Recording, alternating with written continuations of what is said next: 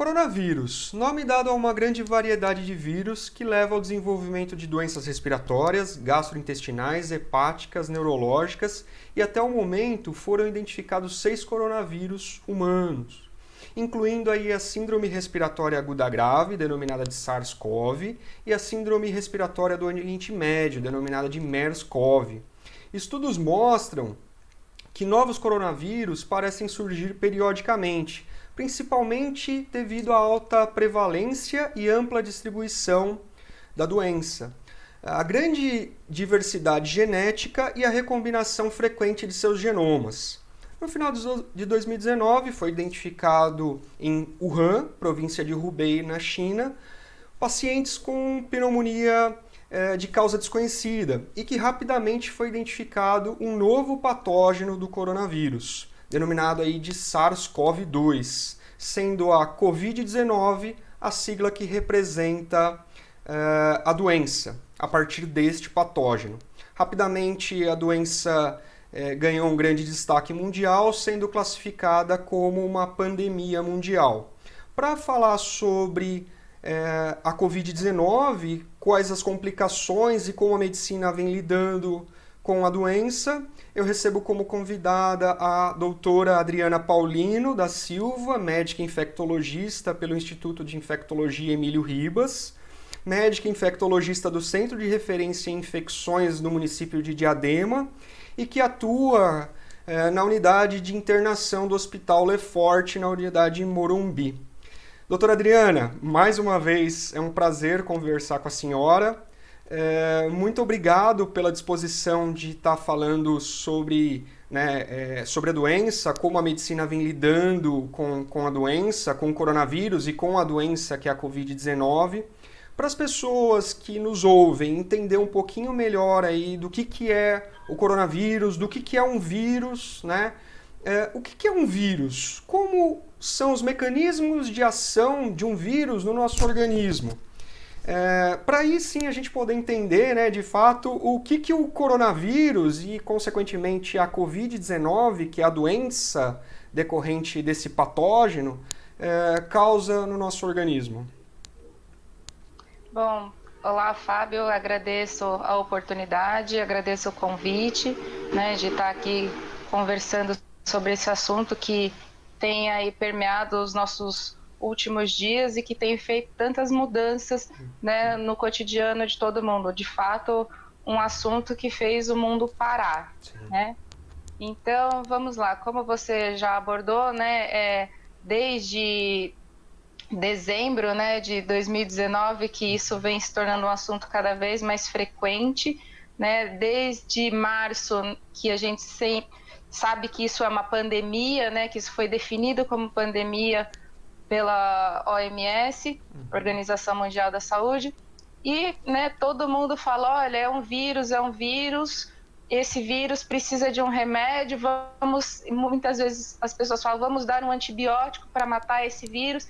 Então vamos lá, né? A gente precisa começar sempre entendendo como são as coisas, como elas funcionam, para daí conseguir pensar em como vamos fazer para tratar, né, as doenças causadas por esses agentes. Então vamos lá.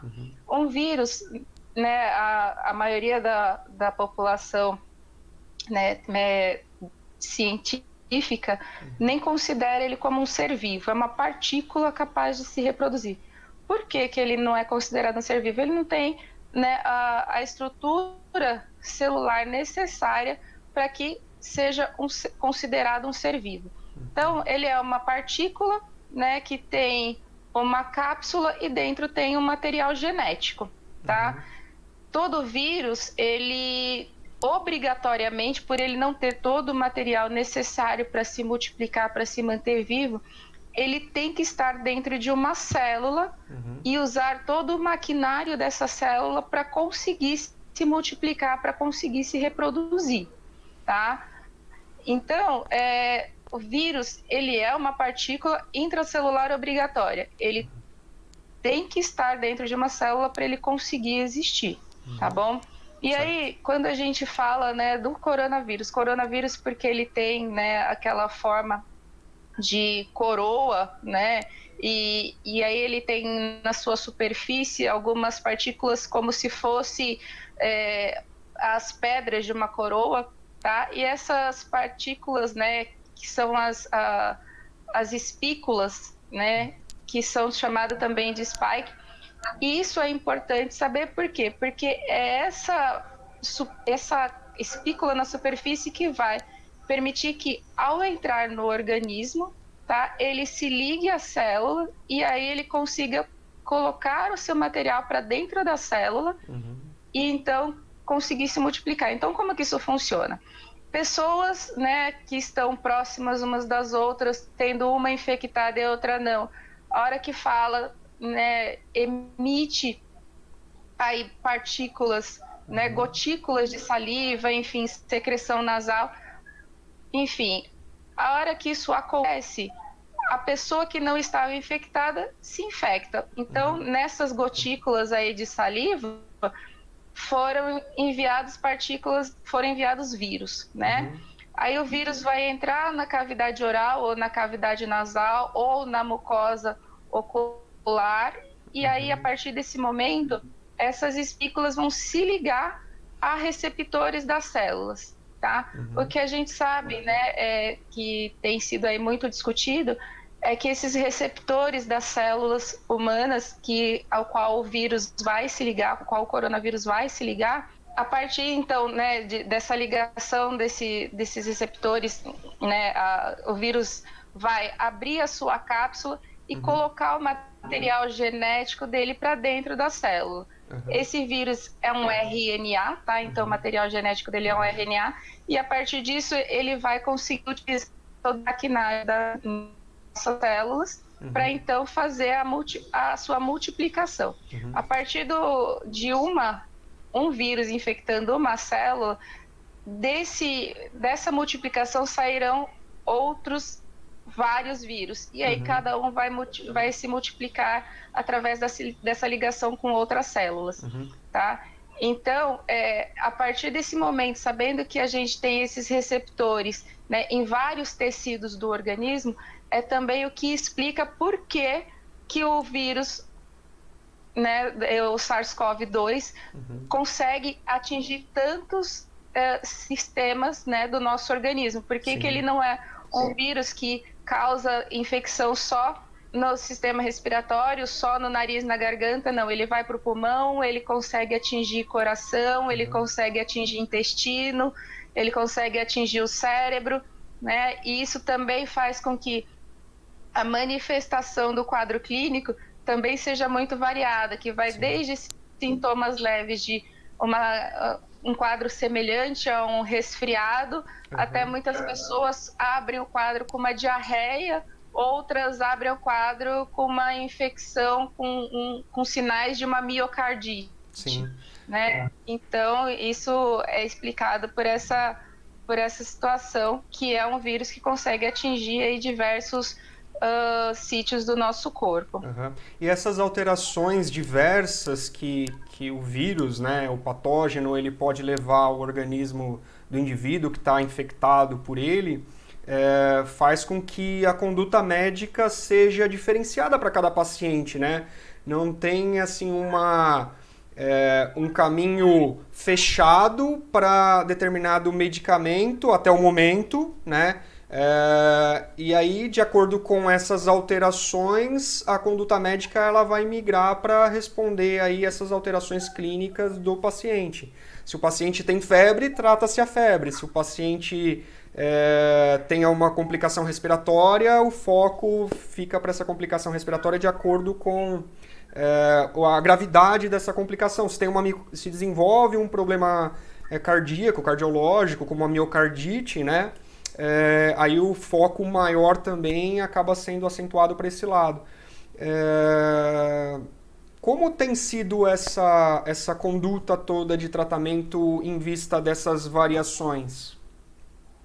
A gente tem que, né, dividir aí diferentes pessoas vão apresentar diferentes sintomas, assim como também existem as pessoas que são assintomáticas, né? E cada uma precisa receber um tratamento, né, de acordo com o que está apresentando. Então, a gente precisa ter equidade, que isso significa que todo mundo precisa de um tratamento, mas respeitando o que cada um está apresentando, Sim. tá? Então, assim, a partir do momento que o vírus entra no organismo, ele começa a se multiplicar, né? Isso é a primeira fase da doença, que é a de replicação viral. Nessa primeira fase, o vírus está se multiplicando, o organismo vai, né, fazer a defesa, vai começar a se defender, inicialmente uma resposta inespecífica, então o organismo entende que tem um agente invasor e vai começar a se defender desse agente invasor. A partir, né, Das ações daí dos por volta. macrófagos, né, células do sistema imunológico ligadas a essa resposta inata, né? Exatamente. Uhum. Né? Então, a partir do momento, né, que o organismo identificou, ele está respondendo, e aí é a partir dessa geração de um processo inflamatório é que também serão desencadeados outros fatores, como alguns sintomas. E aí tudo vai depender, isso vai variar de organismo para organismo, de idade para idade, e assim também como comorbidades. Então, passou essa primeira fase de replicação viral, algumas pessoas simplesmente vão conseguir controlar essa replicação viral, vai ter uma resposta, né, adequada e que muita gente não vai apresentar absolutamente nenhum sintoma. Que são os Tá? pacientes assintomáticos. Exatamente, né? Outras pessoas vão apresentar, né, um nariz escorrendo, né, uma congestão nasal. E aí, a partir desse momento é que vai começar a suspeitar de que possa estar, né, infectado, de que possa ter contraído a infecção pelo coronavírus. Não faz sentido, né, a gente tá com uma pessoa que está com o nariz escorrendo e mais nada, fala, olha, essa pessoa merece tomar azitromicina, anticoagulante, hidroxicloroquina, ser internada. Não faz sentido, Sim. tá? Por quê? Porque esta pessoa tem sintomas leves. Então, se é uma congestão nasal, o que a gente pode fazer para resolver, para melhorar essa congestão nasal? É usar, né, higiene nasal. Sim. Ponto. Tá? Pessoa começou a desenvolver dor de cabeça. O que a gente precisa fazer? Medicar com analgésico simples, né? Porque até agora o que a gente está conversando é se a gente depende, né, de uma resposta imunológica, se a gente depende do nosso organismo para responder contra o vírus, até o momento a gente não tem nenhum medicamento específico que consiga fazer esse combate. Então, o que a gente precisa dar? Precisa dar suporte para o organismo fazer essa resposta, tá? E aí esses medicamentos que vêm para tratar os sintomas, a sintomatologia, que acaba dando capacidade do organismo de resposta. Se você vem com uma grande quantidade de medicamentos sem necessariamente o paciente ter sintomas que precisem dessa medicação, você pode complicar as respostas imunológicas do próprio organismo do paciente, que leva a um prejuízo maior das respostas imunológicas e a ampliar possíveis infecções oportunistas, né? Sim, e inclusive a gente tem que sempre lembrar que cada pessoa vai responder de uma forma diferente e que todo medicamento está associado sim a um efeito colateral, né? Então, a partir do momento que eu começo a tratar pacientes que não têm a necessidade de receber tal medicação, tal tratamento, e eu posso estar dando uma medicação que pode desencadear uma série de outros problemas, desde uma reação de hipersensibilidade, que é uma reação alérgica, né, conhecida como reação alérgica, como eu posso levar uma série de outras complicações, alterações cardíacas, alterações intestinais, que poderiam ser evitadas e que não teria, na verdade, necessidade nem indicação da pessoa receber essa medicação, tá? Então, o que a gente precisa saber? A gente precisa ter paciência para entender que a gente precisa dar tempo para o nosso organismo responder a essa infecção viral, né? E aí cada indivíduo, particularmente, vai ser tratado de acordo com que ele evoluir. Todo mundo vai evoluir para quadro grave? Não. do mesmo jeito que tem as pessoas assintomáticas que a gente nem saberia que tinha a infecção se não tivesse sido testado, também tem as pessoas que vão desenvolver sintomas leves. Vão desenvolver esses sintomas leves, que é essa mialgia, né, que é a dor no corpo, a artralgia, que é a dor nas articulações. Pode ou não ter febre, tá? A febre não é obrigatória, nem todo mundo tem febre, tá? Então, o que a gente vai fazer nessa fase? Dar só medicações sintomáticas. Para cada sintoma, existe um tratamento. Todo sintoma necessariamente precisa também de uma medicação? Não, nem sempre. Se é uma dor leve, se é um desconforto leve, que é tolerável, a pessoa também consegue passar por esse período, tá? Muito tranquilamente, sem nenhuma medicação. O que a gente orienta isso para 100% das pessoas? É manter a hidratação. Por quê? Porque a gente precisa de líquido no organismo para que o organismo consiga funcionar de uma forma adequada, tá? E principalmente se a pessoa está tendo febre ou está tendo diarreia, ela está perdendo muito líquido, isso pode levar à desidratação. Então a gente precisa manter a hidratação, tá? De forma adequada. E o repouso. Por quê? Porque é uma infecção que vai deixar o organismo mais debilitado. Se eu faço qualquer atividade extenuante que vai ter um desgaste maior, eu não vou conseguir dar para o meu organismo o tempo e a energia necessária para que ele consiga, né, se restabelecer e criar a sua defesa. Tá?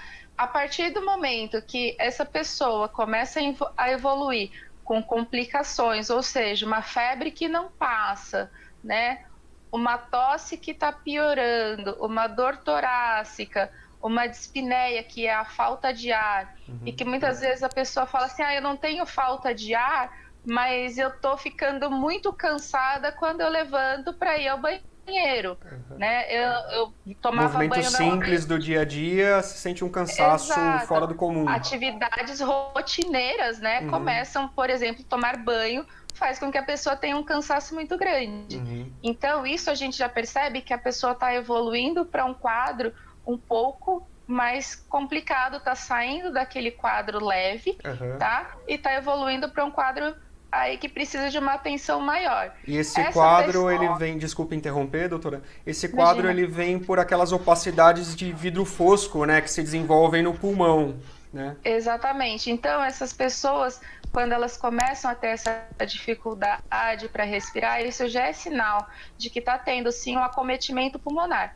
Então, a partir do momento que o vírus entrou no organismo, que ele chegou lá no tecido pulmonar, que ele chegou lá nos alvéolos, ele vai causar lesões nesses alvéolos, que vai fazer com que a troca gasosa de oxigênio entre o sangue e o alvéolo, assim como a saída do gás carbônico, né, ele vai fazer com que isso seja prejudicado. E isso é o que vai levar aí a essa dificuldade respiratória. À medida que essas pessoas, né, que evoluem para esse quadro mais complicado vão piorando clinicamente, a gente sabe que isso acontece por um aumento dessa resposta inflamatória. E aí, que, né, muita gente tem falado a questão da chuva das citocinas, né? Começa a ter essa exacerbação de uma resposta inflamatória, e aí tem lesão de tecido pulmonar causado tanto pelo vírus como pela própria resposta inflamatória, que aí são os pacientes que evoluem para quadros mais graves. Esses pacientes que evoluem para quadros mais graves também têm o risco maior, e que a gente tem visto bastante, que é evoluir com uma infecção secundária, né? Então, o organismo já está fragilizado pela infecção pelo vírus, e aí essa pessoa acaba adquirindo uma infecção bacteriana secundária. Então, a gente vai começar a ver, né, além desse vidro fosco acometendo o pulmão, e é principalmente, né, um acometimento ali mais periférico, a gente começa a ver que a pessoa também tem outras imagens, como a consolidação, né, a árvore em brotamento, que são termos aí que a gente vê bastante nos laudos de tomografia.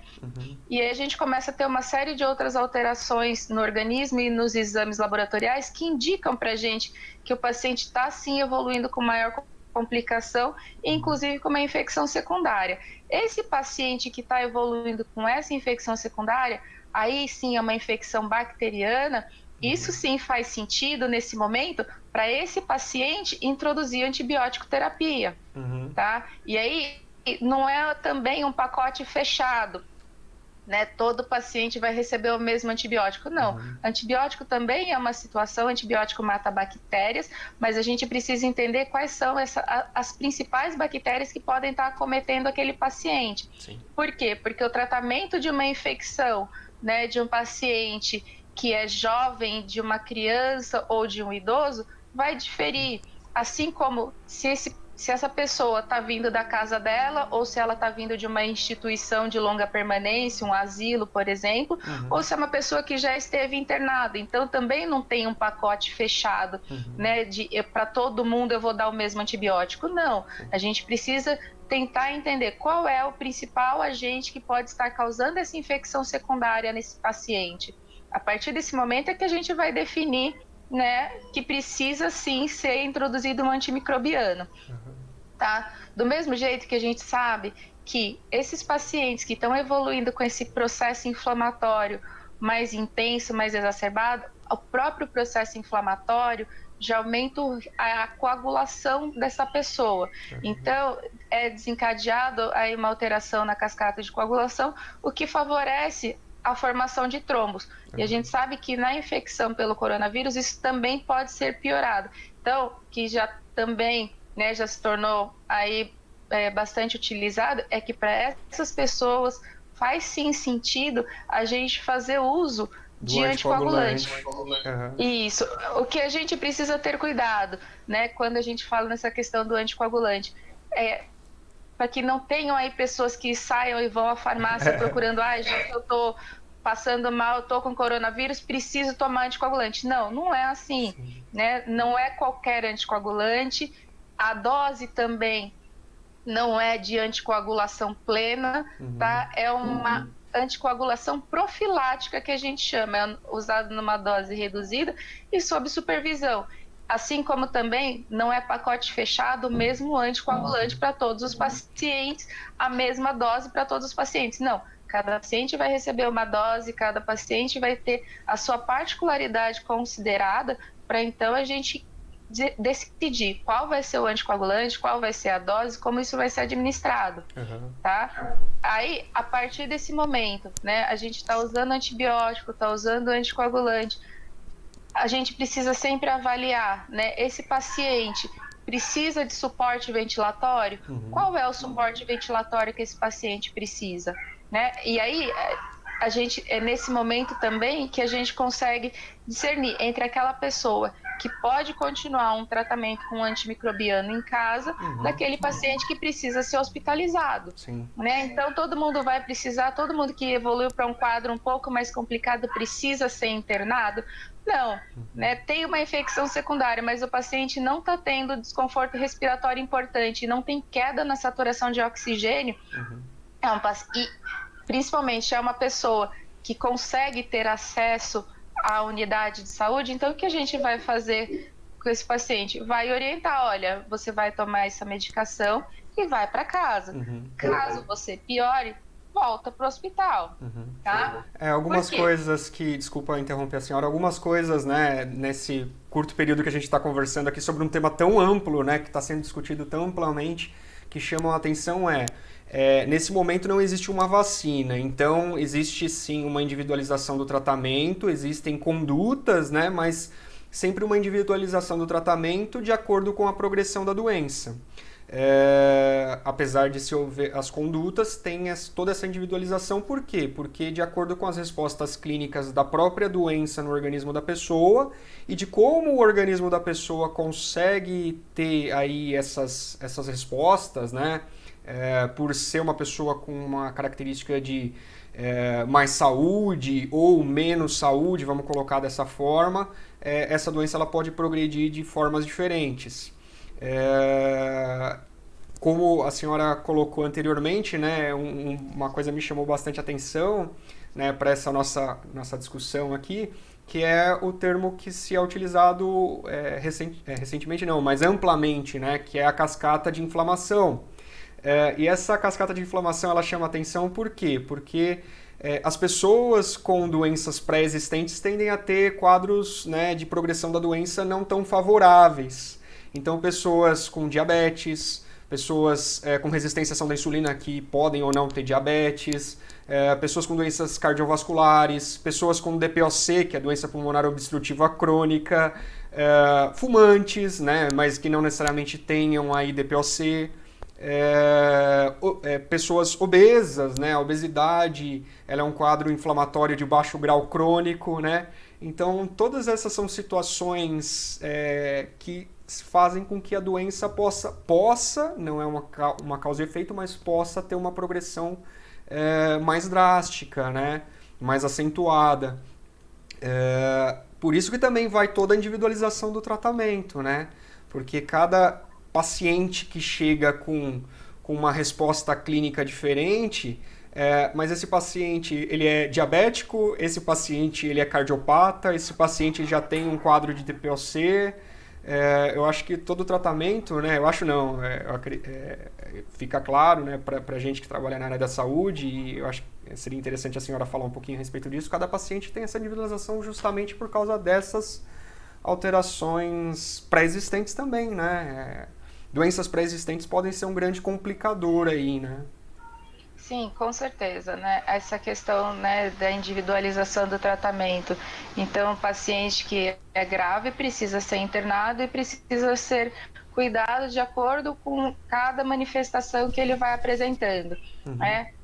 Essa questão de que o que a gente acreditava lá no início da pandemia, que nós teríamos um grande número de acometimento de idosos e que esses seriam os mais graves e que esses seriam os óbitos e que os pacientes jovens, né, os indivíduos jovens teriam quadros mais leves. O que a gente está vendo é que isso já não existe mais, né? Esse conceito já caiu por terra. De fato, o idoso, por já ter o que a gente chama de imunodeficiência da senescência, né, da idade, ele tem um risco maior, sim, mas ele não é o único, né? Tanto que nós temos visto aí muitos jovens, inclusive pessoas sem comorbidades, pelo menos conhecidas, né, até então, sim, também têm sido acometidas de forma grave. Então, a gente, assim como eu já dei alta para paciente, né, de 101 anos e que foi lindamente, né, aplaudido, mas foi um dos pacientes que foi mais tranquilo cuidar, foi um dos pacientes que tinha menos sintomas.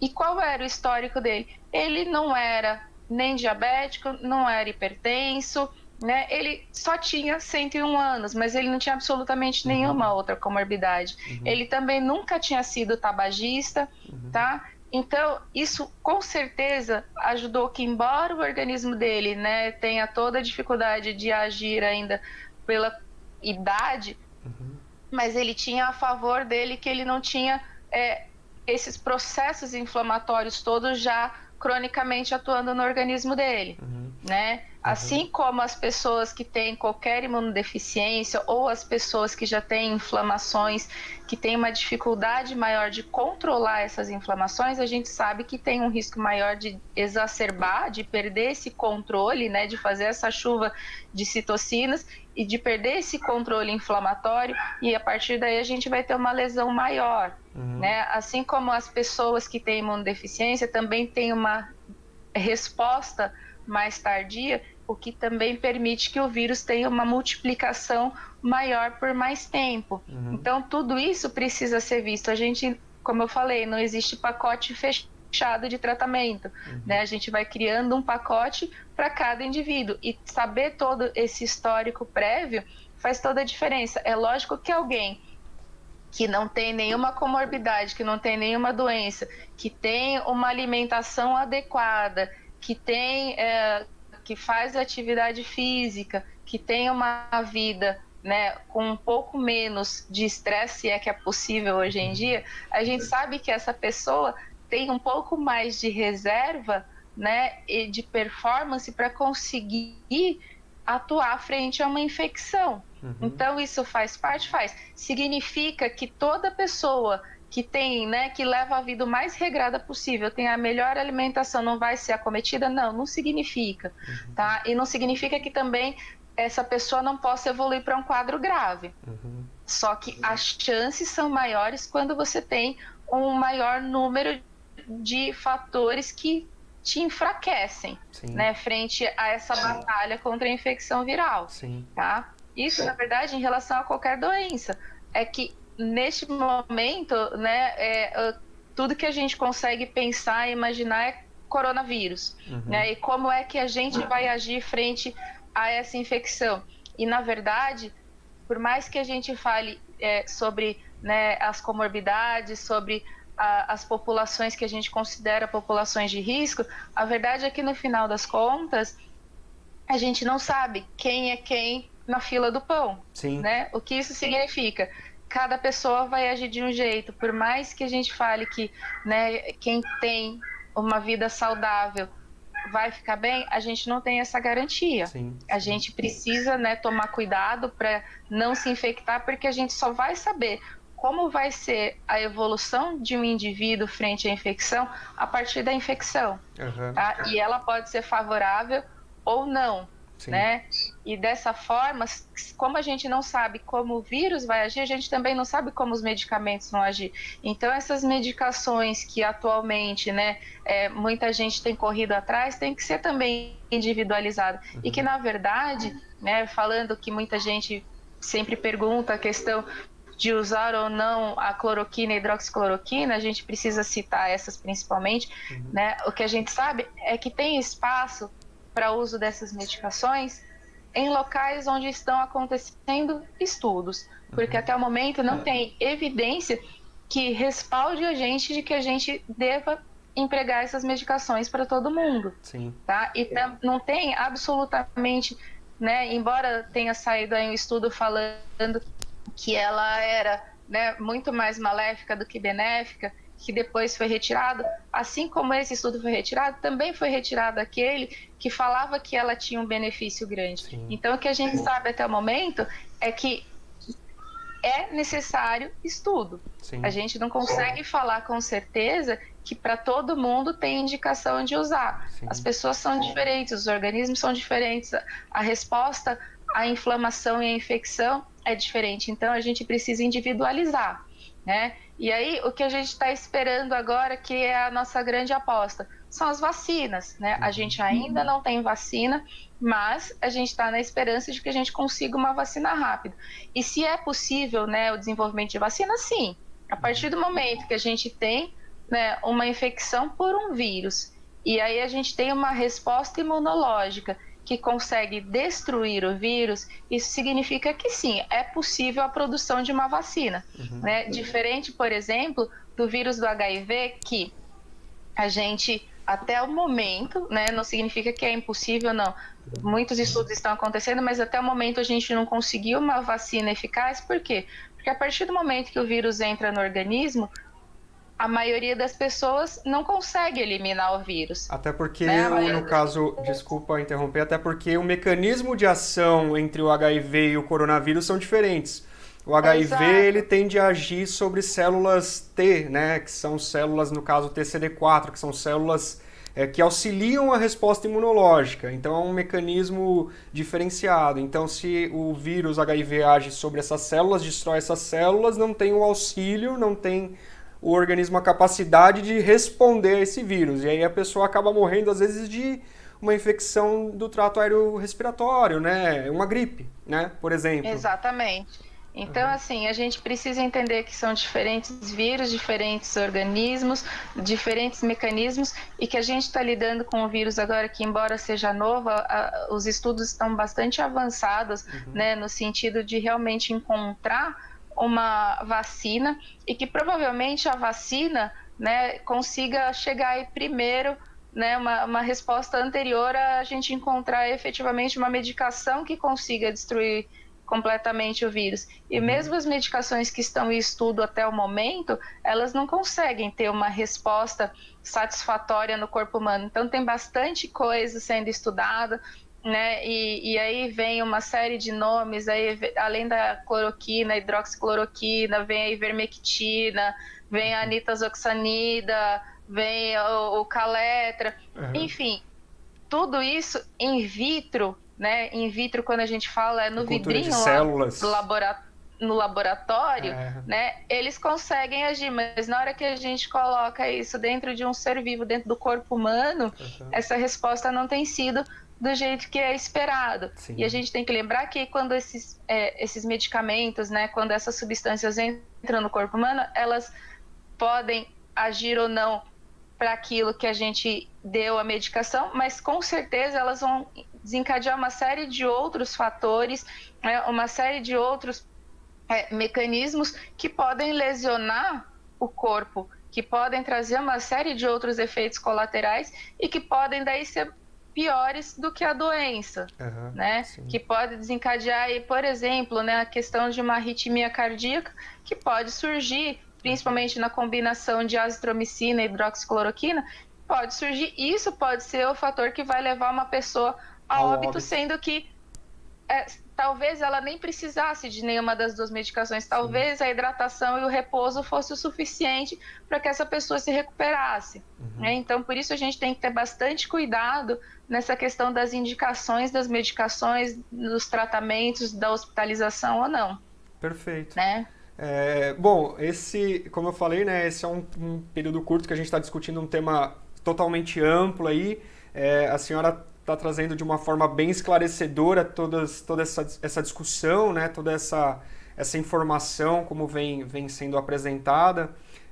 Para a gente poder fechar, qual o recado que a senhora gostaria de deixar a respeito da Covid, do tratamento, algo que a gente citou aqui ou não, que seja importante para quem está nos assistindo? Eu acho que o mais importante é uma infecção bastante recente, né? A gente estuda todos os dias, então o que é verdade hoje pode não ser verdade amanhã, tá? As coisas mudam com muita frequência porque tudo está sendo estudado e a gente sabe muito pouco. Mas o que a gente sabe e o que tem sido provado é que, sim, existe a necessidade da prevenção. Então, o distanciamento social é o que se mostrou mais eficaz e é o que a gente precisa manter. A gente ainda não tem, né, a resposta de quanto tempo depois que a pessoa se infectou que ela vai ter uma resposta imunológica. A gente não tem a ideia ainda de quanto tempo essa resposta imunológica, né, essa defesa dura no organismo. A gente ainda não tem esses dados. Então, o que a gente precisa manter é sempre as precauções de higienização das mãos, né, a higiene respiratória, então espirrar, tossir, né, sempre cobrindo a boca, o nariz. Se fez isso em uso da máscara, a máscara precisa ser trocada, tá? As mãos precisam ser higienizadas antes e depois de ir ao banheiro, antes de se alimentar, assim que chega em casa, né? Então a higienização das mãos é o principal, porque não é só a questão do contato com as pessoas infectadas, mas também contato com a superfície, né? Porque essas partículas virais, elas também contaminam as superfícies na qual a gente pode encostar. Então é isso, manter distanciamento social, manter a higienização das mãos, manter a higienização, né, dos ambientes, o uso da máscara, tá? E as pessoas que já se infectaram, né, e que se recuperaram, por hora, a orientação também é mantenha esse distanciamento, porque a gente ainda não tem a ideia de quanto tempo dura essa nossa imunidade, tá? Então, até que a gente saiba disso, a gente precisa tomar esse cuidado, né? E aguardar aí que realmente venham estudos e que venham provas de que medicações eficazes possam ser utilizadas com segurança, assim como a vacina, né? Então, acho que é isso. Legal. Muito obrigado, doutora Adriana, né, por dispor um pouquinho do seu tempo para falar sobre esse tema. É importante, né, essa conversa porque muito está sendo observado, discutido, falado nas mais diversas formas, nos mais diversos meios de comunicação. E quando a gente pode conversar e abordar, né, como a medicina vem lidando com isso, é importante para trazer mais informação, né, de fato, de relevância para as pessoas, né, para que as pessoas possam se tornar cada vez mais informadas, né, e evitar, né, prejuízos para a saúde, evitar complicações, tratar, né, não ter medo de tratar, fazer um tratamento adequado, buscar um tratamento, buscar uma orientação médica, não fazer, né, como foi abordado pela senhora, não fazer o uso de medicações por conta própria, porque pode fazer com que esse micro-organismo, né, essa doença, ela se reproduza aí com mais facilidade, piore o funcionamento do organismo, né, do nosso organismo, ou leve a complicações já pré-existentes, né, de forma mais acentuada. Então, mais uma vez, muito obrigado, né, por dispor do seu tempo. Meio de plantão aí, uma correria maluca, né, com todos os atendimentos. E mais uma vez, prazer e, né, um grande abraço. Prazer foi meu. Agradeço a oportunidade, né, e estou à disposição. Um Legal. grande abraço. Grande abraço. Tchau, tchau. Tchau.